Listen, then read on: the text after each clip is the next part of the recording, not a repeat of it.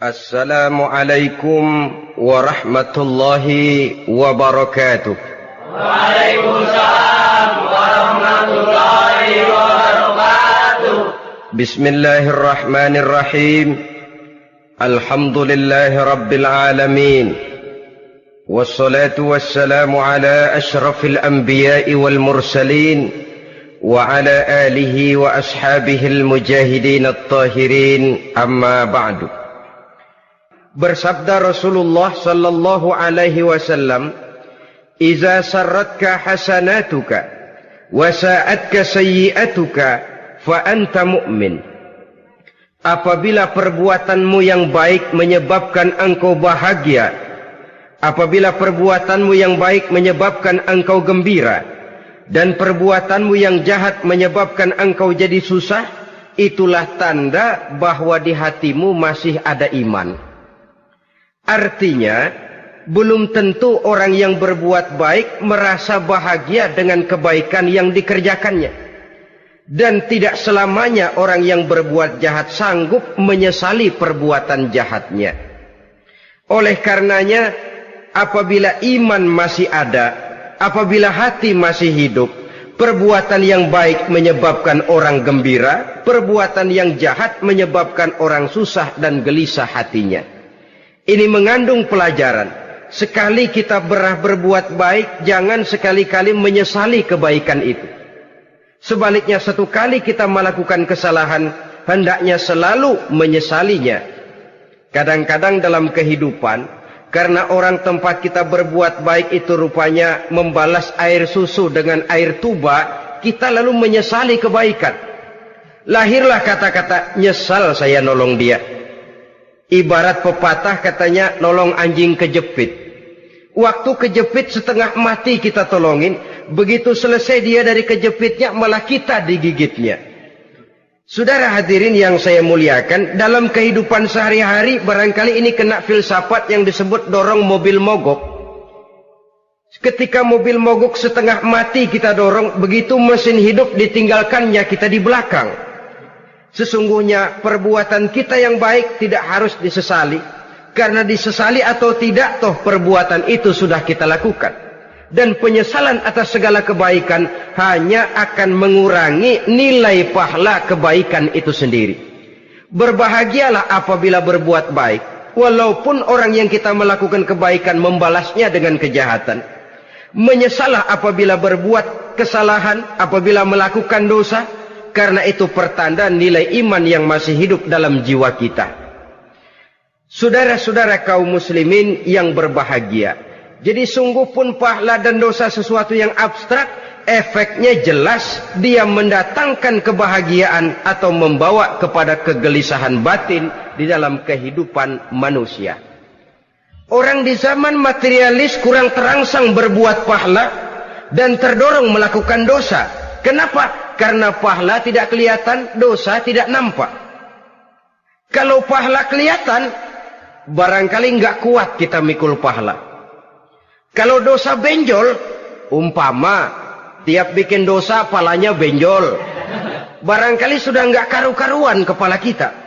Baik pahala, baik dosa, sesuatu yang tidak nampak oleh pandangan mata zahir, tapi yang punya efek dalam kehidupan ini. Orang yang banyak pahalanya dengan orang yang banyak dosanya, kalau dia berjalan barangkali sulit kita membedakan. Tapi efeknya dalam kehidupan ini jelas adanya. Sesuatu yang bernama pahala kita perlukan, karena hidup tidak berhenti hingga di sini. Sesuatu yang bernama dosa harus kita hindarkan, karena ada kelanjutan sesudah hidup yang sekarang ini. Kehidupan dari satu pertanggungan jawab. Itu sebabnya Imam Ghazali dalam bahasa yang indah sekali berpesan, "Jaddidis safinah fa innal bahra amiq wa khuziz zad fa innas safara ba'id." Perbarui selalu kapalmu, rawat, jaga baik-baik, dandani kapalmu, fa innal bahra amiq, karena sesungguhnya lautan ini sangat dalam. Satu bahasa yang indah dari tamsil terhadap kehidupan. Perbaiki kapalmu karena lautan ini sangat dalam. Artinya, jaga baik-baik hatimu. pelihara iman dan keyakinanmu, karena hidup ini bagaikan gelombang lautan. Tempo-tempo air tenang, tempo-tempo ombak menggila dan menggunung. Jaga iman baik-baik karena hidup penuh dengan cobaan dan ujian. Itu maksudnya. Wa khuziz zad fa inna safara ba'id. Dan bawa bekal yang banyak karena perjalanan hidup ini sangat panjang. Perjalanan ini sangat jauh. Kita kalau pergi keluar kota tentu saja membawa bekal. Makin jauh kota yang akan kita tuju, makin banyak bekal yang harus kita bawa. Alangkah sengsaranya manusia apabila dia akan pergi ke satu kota yang jauh, modalnya cuma nekat. Bagaimana nanti di sana sajalah. Tidak membawa bekal sebagaimana yang sewajarnya. Hal yang semacam ini senangnya sih belum tentu, keblangsak dan susahnya sudah kebayang. Itu dalam kehidupan di dunia ini. Bagaimana kalau sudah bicara tentang kehidupan yang akan datang? Karena sesungguhnya hidup ini merupakan satu perjalanan yang sangat panjang. Sejak kita tinggal di alam arwah, pada saat jasad belum lagi diciptakan Allah, ruh sudah diciptakannya lebih dahulu. Sampai kemudian kita pindah ke alam rahim, alam kandungan ibu. Untuk kemudian berpindah kepada kehidupan dunia. Dari dunia ini kita pindah ke alam barzakh. Di sana tinggal kita 100 tahun mungkin, 100.000 tahun mungkin, 1 juta tahun mungkin, menunggu saat datangnya kiamat. Lalu dari alam barzakh pindah kita ke alam akhirat. Satu perjalanan yang sangat panjang. Alangkah malangnya, alangkah sengsaranya, jika tahu kita begitu panjangnya perjalanan hidup ini, tidak ada bekal yang kita bawa. Artinya kesengsaraan, kesulitan yang bertali-tali sudah jelas akan menimpa kita. Kalau pergi kita keluar kota membawa bekal uang, membawa bekal makanan, apa bekal yang mesti kita bawa? Apabila kita kembali ke alam barzakh, kembali ke alam kubur, berkumpul di padang mahsyar di akhirat nanti, nasi yang mau kita bawa, uang yang mau kita bawa, tentu tidak lagi. Karena kehidupan materialis selesai di atas liang lahat. Bila masuk kita ke liang lahat, disitulah pahala dan dosa memegang peranan yang sangat penting. Maka pada pertemuan malam ini kita akan bicara tentang pahala dan dosa itu. Saudara-saudara kaum muslimin rahimakumullah, yang dinamakan pahala, kata Imam Ali Al-Jurjani dalam kitab At-Ta'rifatnya, ma yastahiqqu bihi ar-rahmatu wal maghfiratu minallahi ta'ala. Sesuatu yang pelaksananya berhak untuk mendapat rahmah dan ampunan dari Allah.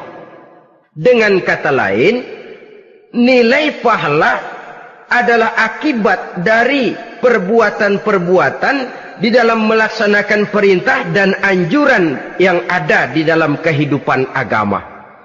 Apabila perintah dan anjuran kita laksanakan, nilai pahala itu lalu datang. Nah, nilai pahala dalam Islam, menurut konsepsi Quran, Allah menjelaskan, man jaa bil hasanati falahu asyru amsalihha. Barang siapa yang datang membawa satu kebajikan, barang siapa yang melaksanakan satu kebaikan, maka dia akan mendapat balasan 10 kali dari kebaikan yang dikerjakannya. 10 kali ini pun masih dilipat gandakan dengan 7. 7 ini pun masih dikalikan 100. Dan itu pun masih ditambah dengan pernyataan, wallahu yudha'ifu liman yasha. Allah masih akan melipat gandakan perbuatan baik seseorang yang dikehendakinya. Itulah nikmatnya dalam Islam. Tetapi sebaliknya, wa man jaa'a bisayyi'ati fala yujza illa mislaha. Barang siapa yang melakukan satu kejahatan, dia tidak akan mendapat balasan kecuali sesuai dengan kejahatan yang dikerjakannya. Alangkah rahman dan rahimnya Allah. Orang yang berbuat baik dibalas 10, dikali 7, dikali 100, masih dilipat gandakan pula. Tapi orang yang berbuat jahat tidak akan mendapat balasan kecuali sesuai dengan kejahatan yang dikerjakannya. Ini kan beda dengan sifat kita manusia. Kita ini kadang-kadang kalau dijitak membalasnya mukul. Tapi kalau orang berbuat baik kepada kita, kita enggan untuk berbuat baik kepada orang tadi. Allah tidak mengajarkan begitu. Satu kebaikan berbalas 10. Satu kejahatan berbalas dengan satu kejahatan. Maha Rahman dan Rahim Allah. Bahkan dalam Islam, niat berbuat baik saja mendapat pahala. Sedangkan niat berbuat jahat belum ditulis merupakan satu dosa sampai kejahatan itu dikerjakan oleh orang yang niat tadi. Umpamanya, saudara niat nanti malam giliran pengajian saya mau hadir di majelis taklim. Pas datang waktu malam hujan turun sangat lebat. Saudara berhalangan datang ke majelis taklim, saudara sudah mendapat pahala niat. Tapi saudara niat, nanti malam kalau turun hujan, saya mau bongkar rumahnya si fulan, saya mau curi seluruh harta bendanya. Ternyata malam saudara tidak mengerjakan perbuatan itu belum ditulis dosa sampai perbuatan itu benar-benar dikerjakan. Tapi lalu jangan macam-macam, kalau begitu niat aja yang baik biar nggak usah dikerjain. Niat aja pengen ngaji walaupun tidak ada niatan untuk ngaji. Allah lebih tahu tentang apa yang terdetik di dalam hati sanubari kita. Itulah sebabnya sangat dianjurkan orang untuk melakukan segala macam kebajikan. Dan dianjurkan orang menjauhkan segala macam bentuk kejahatan. Karena dia akan berefek melahirkan dosa dan pahala. Dosa dan pahala itulah alat untuk memperoleh kebahagiaan di alam kubur, di padang mahsyar, sampai di akhirat nanti. Di dunia ini mungkin segalanya bisa kita beli dengan yang namanya uang. Keamanan kita bisa menyewa petugas untuk menjaga rumah kita. Kendaraan yang mewah bisa kita beli. Udara yang sejuk bisa kita ciptakan. Siapa banyak uang, dia raja. Mungkin itu di dunia. Tapi bisa apa uang kalau kita sudah masuk ke alam kubur? Bisakah munkar nakir kita sogok? Udah karkir, jangan nanya nih, cepet. Bisakah malaikat azab menyingkir dengan uang semir? Ternyata tidak. Untuk memperoleh kebahagiaan di sana, nilai pahala. Kesengsaraan akan kita dapat kalau kita banyak menumpuk dosa. Oleh karena itu jangan beranggapan, pahala nggak kelihatan, dosa juga nggak kelihatan, biarin saja. Yang tidak kelihatan ini pada waktunya akan memegang peranan yang sangat penting. Tapi tidak cuma untuk menghadapi hidup di situ, kita lalu harus berbuat baik dan meninggalkan yang jahat. Terutama juga di dunia ini. Toh pepatah bilang gajah mati meninggalkan gading, harimau mati meninggalkan belang. Apa yang akan kita tinggalkan setelah kita mati? Kita ingin jasad kita boleh hancur terkubur tanah, tapi nama kita ingin hidup terus, dikenang orang 100, 1000, bahkan 1.000.000 tahun yang akan datang. Ditulis orang dengan tinta emas dalam sejarah, tercatat kita sebagai orang baik-baik. Saudara-saudara kaum muslimin rahimakumullah. Lalu perbuatan apa yang bisa mendatangkan pahala itu? Saudara-saudara, semua perbuatan yang diperintah dan dianjurkan oleh Allah, yang dikerjakan dengan ikhlas hanya untuk mencapai ridho Allah, mendatangkan pahala. Kadang-kadang menurut pendapat kita remeh, tapi nilainya di sisi Allah besar. Itu pahala. Menghitung pahala itu hak prerogatif Allah. Perbuatan yang ringan Allah mau berikan ganjaran yang besar, itu urusan Allah. Misalnya, kata Nabi, la tahkiranna minal ma'rufi syai'an. Jangan kamu menganggap remeh perbuatan baik walaupun kecil. Jangan merasa sulit melakukan perbuatan yang mengandung pahala. Bertemu dengan teman, muka kita cerah, berpahala. menyingkirkan duri di jalanan berpahala, menolong orang yang sesat, memberitahu orang yang bertanya berpahala.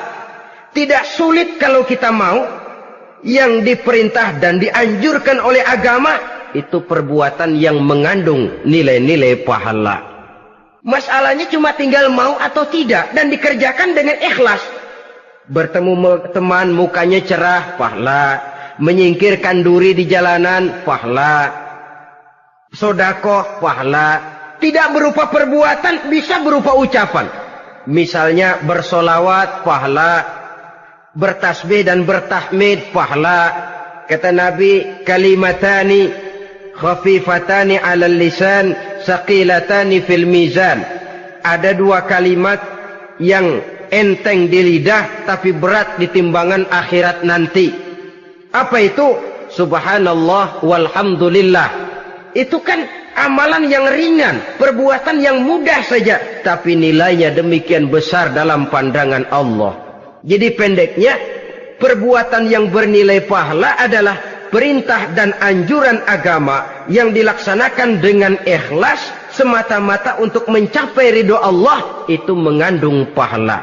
Niat dasarnya itu harus karena Allah. Landasannya harus karena ikhlas. Bukan cuma sekedar basa-basi, tidak karena ingin dipuji orang, tidak karena mengharap tanda jasa, tapi ikhlas semata-mata. Dari perbuatan yang paling kecil dan mudah sekali sampai kepada amalan-amalan yang besar dan memerlukan biaya yang besar, seperti melaksanakan ibadah haji, seperti jihad fi sabilillah, membangun masjid, membangun pondok-pondok pesantren, membangun pusat-pusat kesehatan, membangun jalan-jalan umum, termasuk menjaga keamanan. Jangan dikira loh, siskamling umpamanya, menjaga keamanan kampung tidak berpahala. Kalau diniatkan ibadah, menjaga ketenangan warga supaya mereka tekun ibadah, ikhlas karena Allah, itu juga bernilai ibadah.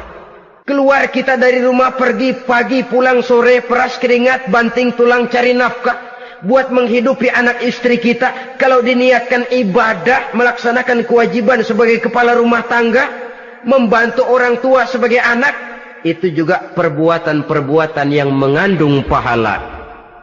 Yang terbaik sesuai dengan bidang kehidupan kita. Ada orang yang dinamakan abid, ahli ibadah, pahala yang paling baik bagi dia banyak-banyak tahajud, sembahyang malam, wirid, zikir, tasbih. Ada yang dinamakan orang alim, pahala yang paling baik buat orang macam ini mengajar, menyebarkan ilmu, mendakwahkan Islam.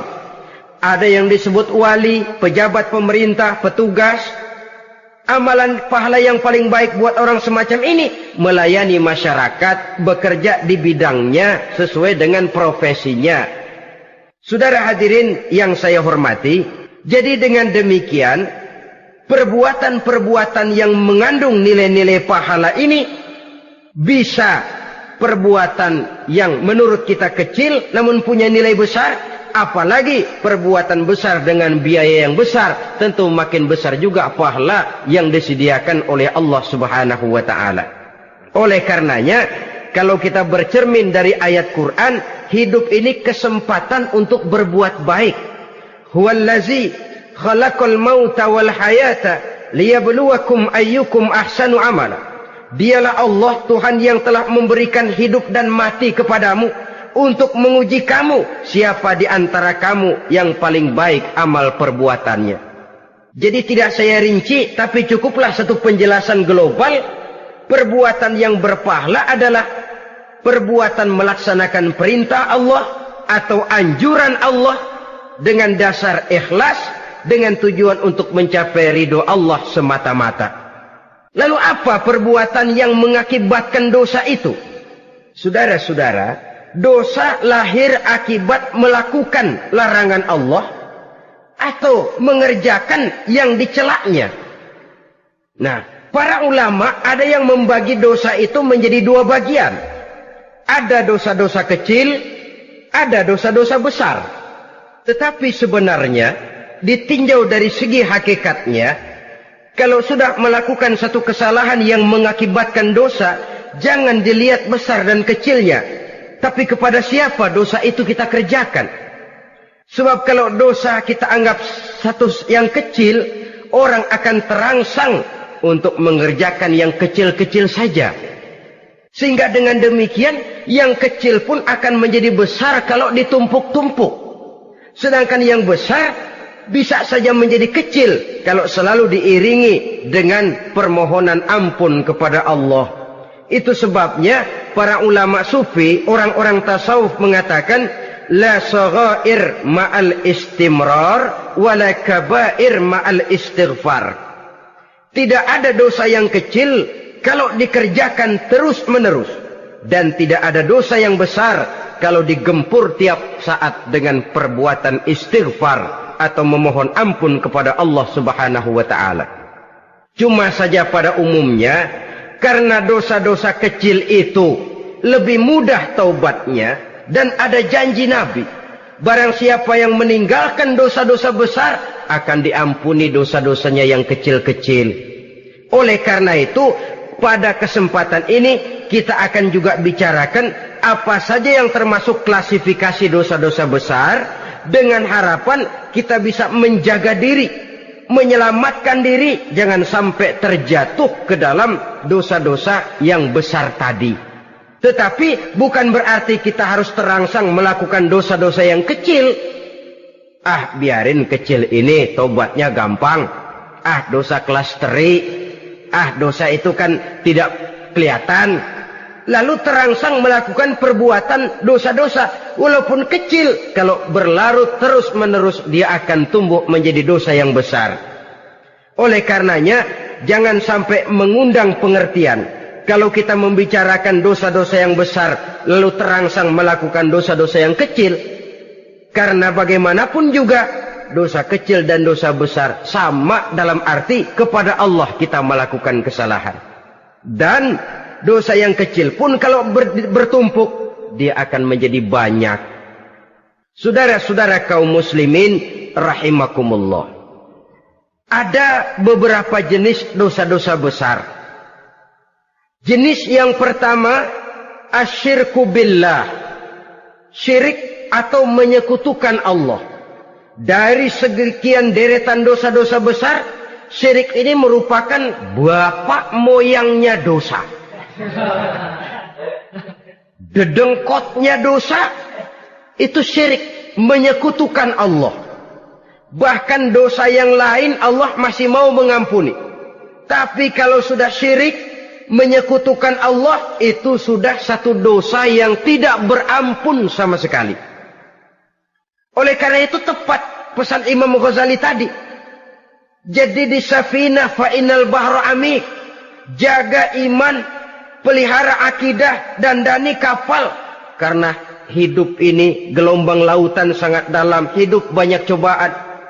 Di dalam hidup di zaman sekarang ini, saudara bisa perhatikan, di mana tensi ekonomi tinggi, lapangan kerja sulit, persaingan hidup makin tajam, sifat egois dan individualis tumbuh di mana-mana, rasa solidaritas sosial menurun, sifat gotong royong musnah, orang mudah potong kompas, potong jalan, ingin cepat kaya, ingin cepat naik pangkat, ingin dapat kedudukan. Kadang-kadang akidah pun terjual, akidah pun musnah, jatuh ke jurang syirik pun tidak jadi soal. Itu yang kita khawatirkan. Kalau dosa-dosa yang lain Allah masih mau mengampuni, tapi kalau sudah jatuh kepada syirik, Allah sama sekali tidak akan memberikan ampun. Dalam kaitan dengan ini barangkali tepat sinyalemen Imam Ali itu. Andai kata kemiskinan merupakan satu kepribadian, saya akan membunuhnya lebih dahulu. Artinya memang kemiskinan ini sering mendorong orang kepada jurang kemusyrikan. Tidak tahan menghadapi godaan perut akibat tensi ekonomi yang tinggi, lapangan kerja yang sulit. Iman pun jadilah ditukar dengan 3 liter beras. Akidah pun jadilah dibarter dengan 3 bungkus supermi, dengan pakaian bekas, dengan obat-obatan. Tidak jadi soal baginya mengejar kebahagiaan yang relatif singkat dengan mengorbankan kebahagiaan yang abadi. Persis ibarat pepatah, nyari jarum kampak hilang. Mencari sesuatu yang kecil, yang besar jadi sia-sia. Membela perut, mengorbankan akidah. Na'udzubillah summa na'udzubillah. Saudara-saudara kaum muslimin rahimakumullah. Ini fakta. Ini kenyataan. Dan hal semacam ini tidak bisa diatasi cuma dengan ceramah, simposium, diskusi, seminar. Apalagi Nabi berpesan, solahu ummati bil ilmi wal mal. Umatku hanya bisa menjadi baik akidahnya dengan ilmu dan harta. Itu bahasa Nabi. Kalau bahasa kita sekarang, dengan ekonomi dan pendidikan. Ilmu, pendidikan, ekonomi, harta. Tanpa itu sangat besar kemungkinan kita bisa menjual akidah terjerumus di lembah kemusyrikan. Maka terutama kepada saudara-saudara saya, muslimin yang terpencil jauh dari kota-kota besar, yang kadang dalam kehidupan seharinya imannya sering digoda oleh supermi, akidahnya sering ditantang oleh pembagian beras, pakaian-pakaian bekas, obat-obatan dan sebagainya. Jaga dan bentengi akidah kita. Lebih baik nyawa berpisah dari badan, asal iman jangan berpisah dari hati. Kepada adik-adik saya para remaja, para pemuda di kota-kota besar, yang iman dan akidahnya sering ditantang dengan minuman-minuman keras, fasilitas-fasilitas yang menghanyutkan, yang secara terarah dan praktis sedikit demi sedikit menggiring kita untuk keluar dari nilai-nilai akidah. Hati-hati, jaga baik-baik, sebab intan paling mahal, mutiara paling berharga, tidak lain nilai iman ini.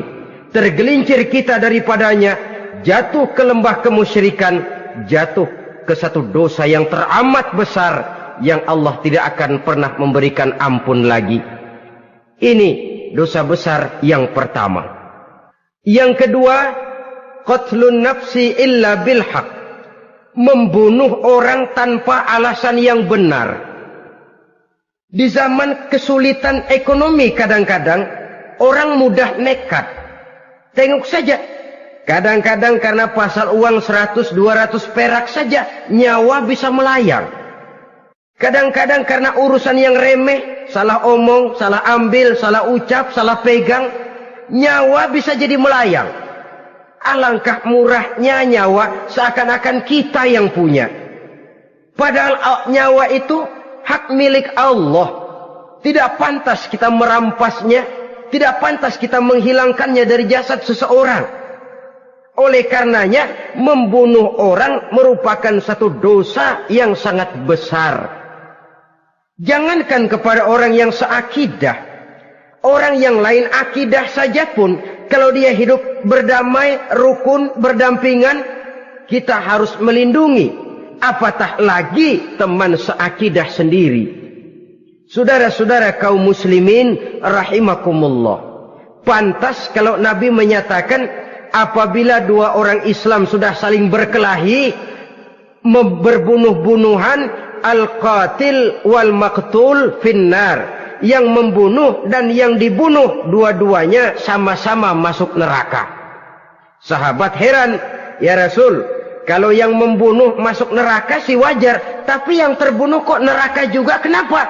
Kata Rasul, sebenarnya dia juga cuma sudah niat untuk membunuh, cuma keduluan saja. Andai kata dia tidak terbunuh, tentu dia yang akan membunuh.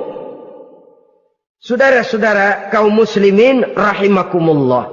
Islam sesuai dengan namanya adalah agama damai. Kita tidak boleh mencari-cari musuh. Walaupun tidak boleh lari kalau bertemu musuh. Oleh karenanya, pantang seorang muslim menimbulkan benih keonaran menjadi biang kerok buat lingkungannya. Sesuai dengan namanya, seorang muslim adalah seorang yang dalam hidup senantiasa berusaha menebarkan salam, menebarkan kedamaian, ketenangan dan ketentraman. Dengan prinsip musuh jangan dicari, bertemu pun jangan lari. Yang ketiga, termasuk dalam kelompok dosa besar ini, syurbul khamr, meminum minuman keras. Termasuk di dalam kata khamr ini ganja, morfin, narkotik. Sebab apa? Jenis minuman semacam itu tidak hanya merusak keadaan sekarang, tapi sekaligus merusak kehidupan yang akan datang. Kalau itu jatuh di tangan generasi muda, artinya kan merusak kehidupan masa depan daripada suatu bangsa. Karena apa? Remaja dan pemuda merupakan bentuk miniatur daripada kehidupan bangsa. Akan bagaimana warna umat Islam di Indonesia. Bahkan akan bagaimana warna Indonesia 30, 40, 50 tahun yang akan datang. Remaja sekarang jawabannya.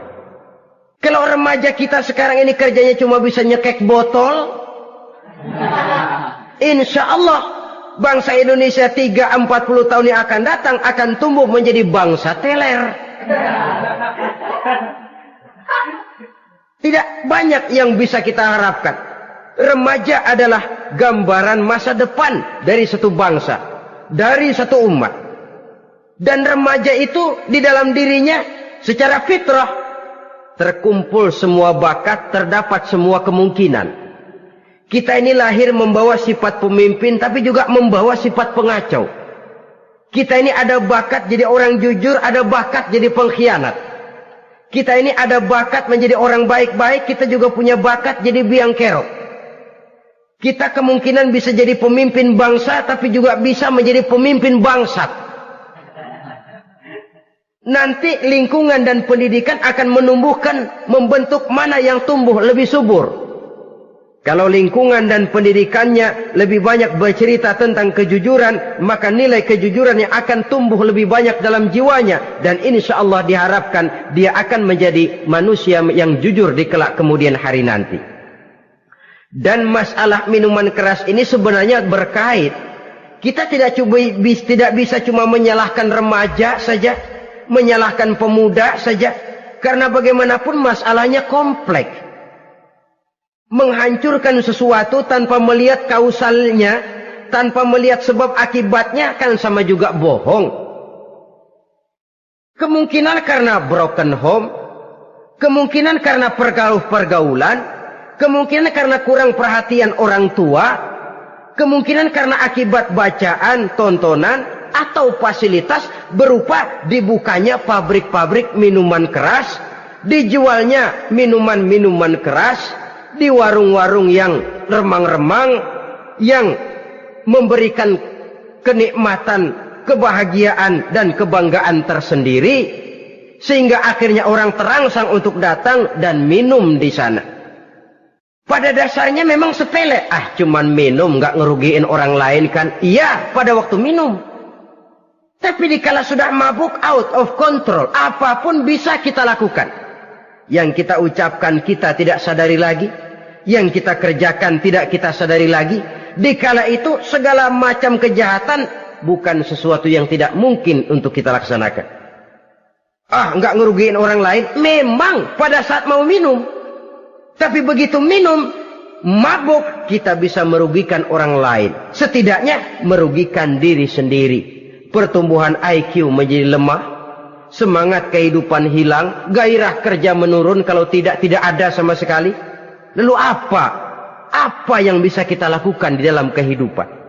Dan akan lebih celaka kalau ini menimpa kehidupan generasi muda kita. Kadang-kadang yang ironi ya, kalau yang orang tuanya mampu barangkali masih tertolong. Tapi yang orang tuanya kondisi ekonomi lemah masih kepengen teler juga. Orang tuanya nggak mampu masih pengen mabuk. Dari ganja, morfin nggak dapat, akhirnya kaleng cat diisepin. Yang penting kan bisa teler, mendatangkan satu kebahagiaan tersendiri. Itu sebabnya memang satu kejahatan menurut teori polisi ya hanya bisa terjadi karena faktor N dan K, niat dan kesempatan. Niat ada, kesempatan ada, jadi orang jahat. Kurang salah satunya, biasanya kejahatan terbendung. Niat ada, kesempatan tidak ada, sulit berbuat jahat. Kesempatan ada, niat tidak ada, tidak mungkin orang jahat. Tapi yang paling dominan sebenarnya niat. Kalau niat sudah kuat, kesempatan bisa dicari. Kesempatan bisa diciptakan. Biar Hansip nongkrong, ditungguin lengahnya. Iya biarin. Jam 11 sampai jam 2. Matanya melotot. Jam 3 dia mulai ngulet, ngempet. Nah, di saat itu saya masuk ke rumahnya. Kalau niat kuat, kesempatan bisa diciptakan. Dan kalau sudah niat, ini masalah hati. Kalau sudah masalah hati, menyangkut soal moral. Moral artinya sudah masuk kepada kehidupan agama. Saudara-saudara kaum muslimin, rahimakumullah. Yang keempat yang termasuk jenis dosa besar, az-zina, perbuatan zina. Di zaman pergaulan bebas dengan prinsip free love, free sex ini, tengok sudah berapa banyak gadis-gadis bergelimpangan jadi korban. Berapa banyak bayi-bayi yang lahir ke dunia tanpa tahu kemana dia mesti memanggil bapak. Apakah deretan jumlah korban ini masih harus bertambah lagi? Paling tidak, biarlah yang sudah jadi korban, tapi jangan bertambah lagi hendaknya. Masing-masing kita berupaya menahan diri.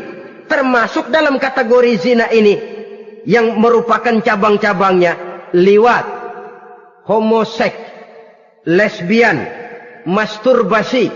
Bahkan masturbasi itu termasuk jenis zina tangan. Dan itu juga merupakan satu dosa. Di samping dosa juga merusak diri. Karena bagaimanapun juga dia akan mengurangi kemampuan daya pikir seseorang. Maka agama memberikan jalan keluar. Pesan Nabi, ya ma'syara syabab, man istata'a minkumul ba'at falyatazawwaj. Hai para pemuda, kata Nabi, barang siapa di antara kamu yang sudah bisa ba'at, yang sudah mampu ba'at. Ba'at itu artinya memberikan nafkah, baik nafkah zahir maupun nafkah batin. Falyatazawwaj, maka hendaklah dia kawin. Jadi yang maksud ba'at ini ya nafkah zahir, ya nafkah batin. Kita kadang-kadang cuma bisa ngasih nafkah batin saja sudah merasa pokoknya kan saya sanggup untuk kawin, lalu kawin tanpa kehilangan, dengan kehilangan pertimbangan. Saudara-saudara, wa illam yastati', adapun kalau dia belum mampu, fa alaihi bisyam, hendaknya dia banyak puasa. Fa innahu lahu wija, karena puasa itu akan merupakan benteng jangan sampai orang memperturutkan hawa nafsunya. Andai kata puasa belum hobi, banyaklah olahraga para pemuda, para remaja. Karena dengan olahraga, pemikiran untuk memperturutkan hawa nafsu agak sedikit terkendali dan energi tersalurkan dalam bentuk yang positif. Pendeknya kreatif, banyak kegiatan. Ini pesan Imam Syafi'i tepat itu. Kata beliau, inni ra'aitu wuqufal ma'i yufsiduh, in sala toba wa illam yajri lam yatib. Aku melihat air kalau diam rusak, tapi kalau dia mengalir jernih. Air kalau ngendap, nggak ngalir, nyamuk nyarang di situ, bisa jadi sumber penyakit. Manusia hidup begitu.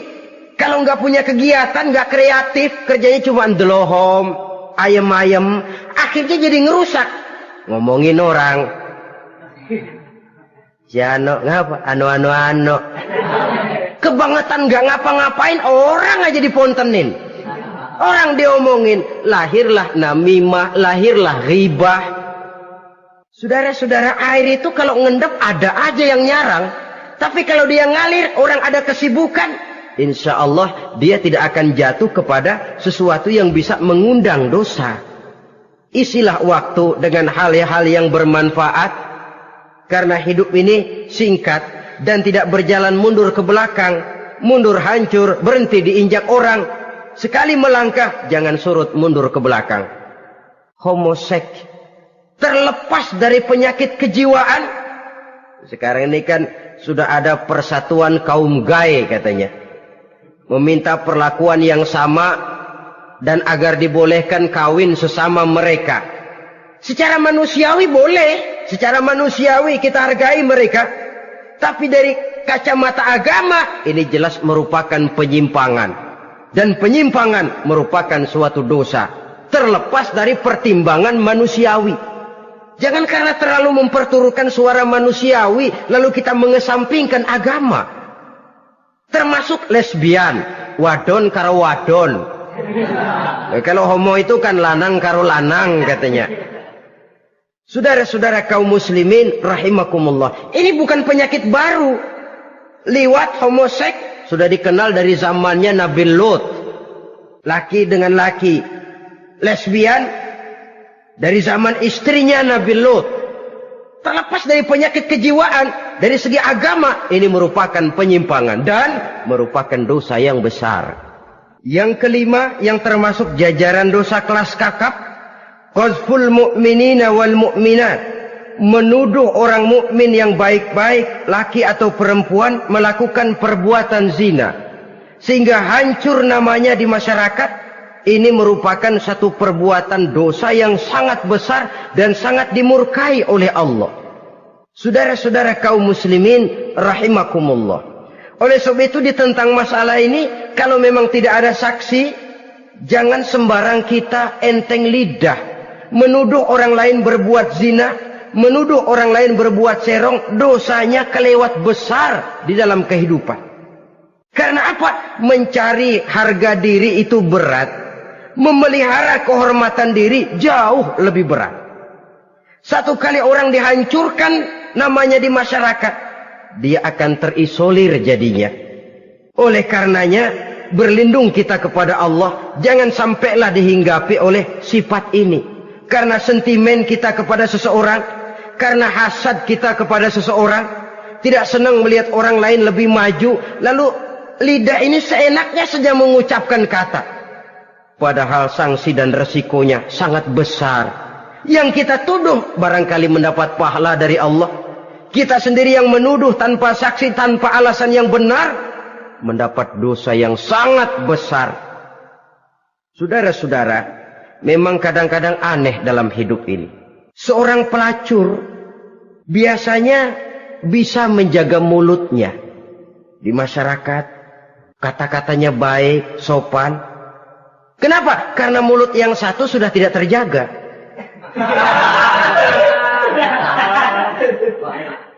Kita kadang-kadang kehormatan bisa kita jaga, tapi mulut tidak terkontrol.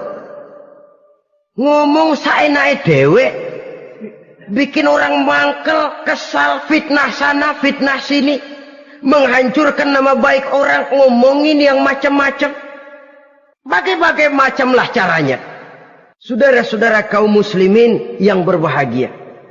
Jadi dengan demikian, menuduh orang lain berbuat zina, sedangkan orang itu tidak pernah melakukannya, ini termasuk satu dosa yang sangat besar di dalam kehidupan ini.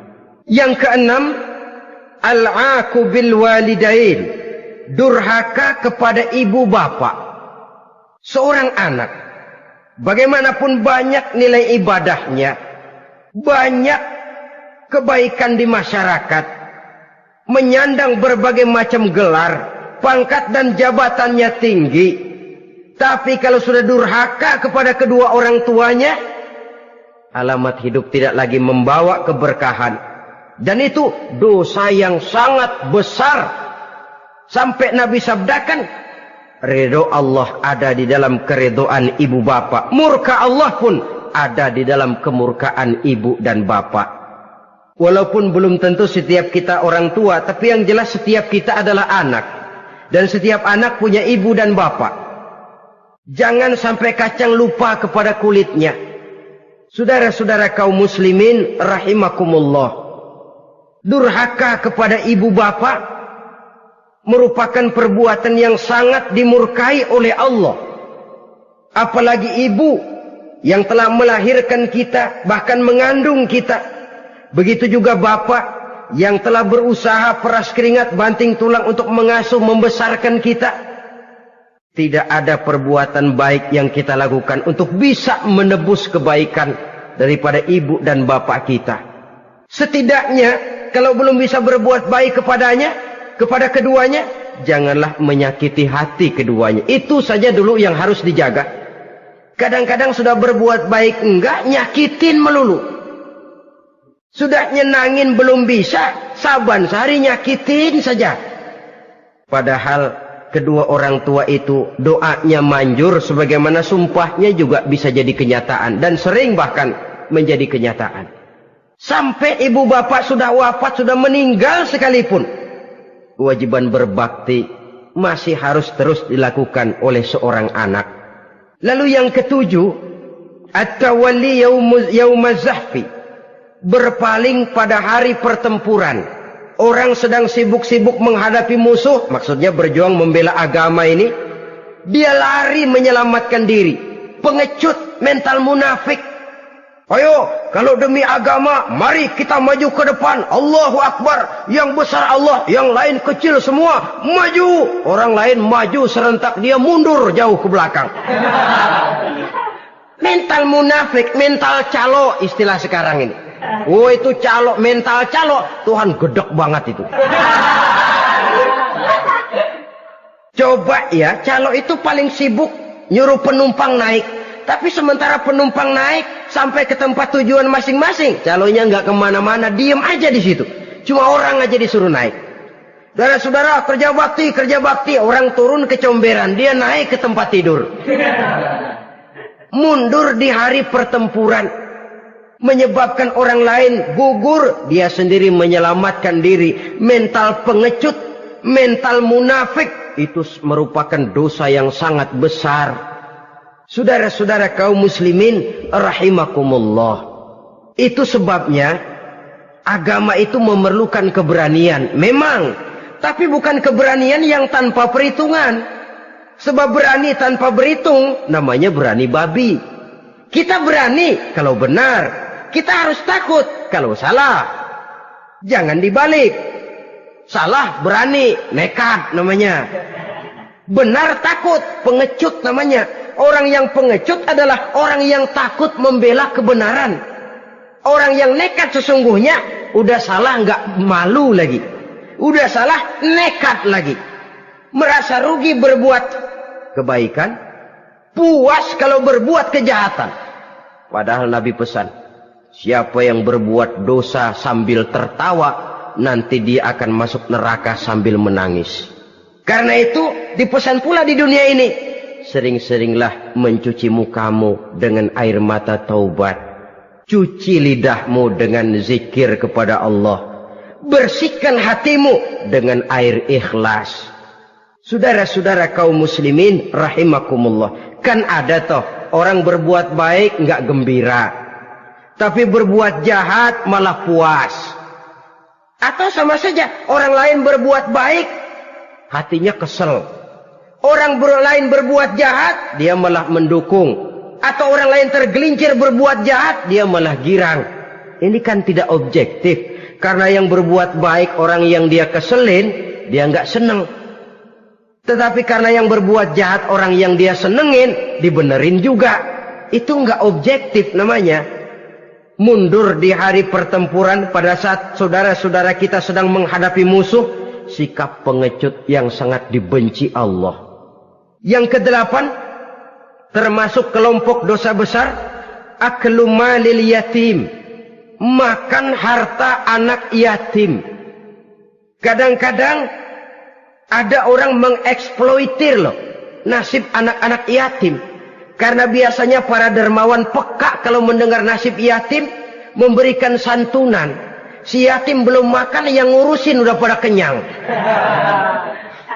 Mengeksploitir, memakan harta anak yatim termasuk dosa yang sangat besar. Sehingga Nabi pesan, ana wa kafilul yatim kahataini yaumal qiyamah. Aku dan orang yang menyantuni anak yatim seperti dua jari ini di hari kiamat. Rumah yang paling dimuliakan Allah adalah rumah yang di dalamnya ada anak yatim yang hidupnya dihormati, hidupnya disantuni, keperluannya dicukupi. Maaf saja, tahap kita menyantuni anak yatim ini baru tahap setahun sekali. Kalau Muharram kita agungkanlah, kita besarkan. Lebaran yatim katanya. Kita kumpulkan dana, kita usap kepala yatim, kita kumpulkan beras, kita bagikan hari itu. Perkara bulan depan kelaparan, kita tutup kuping.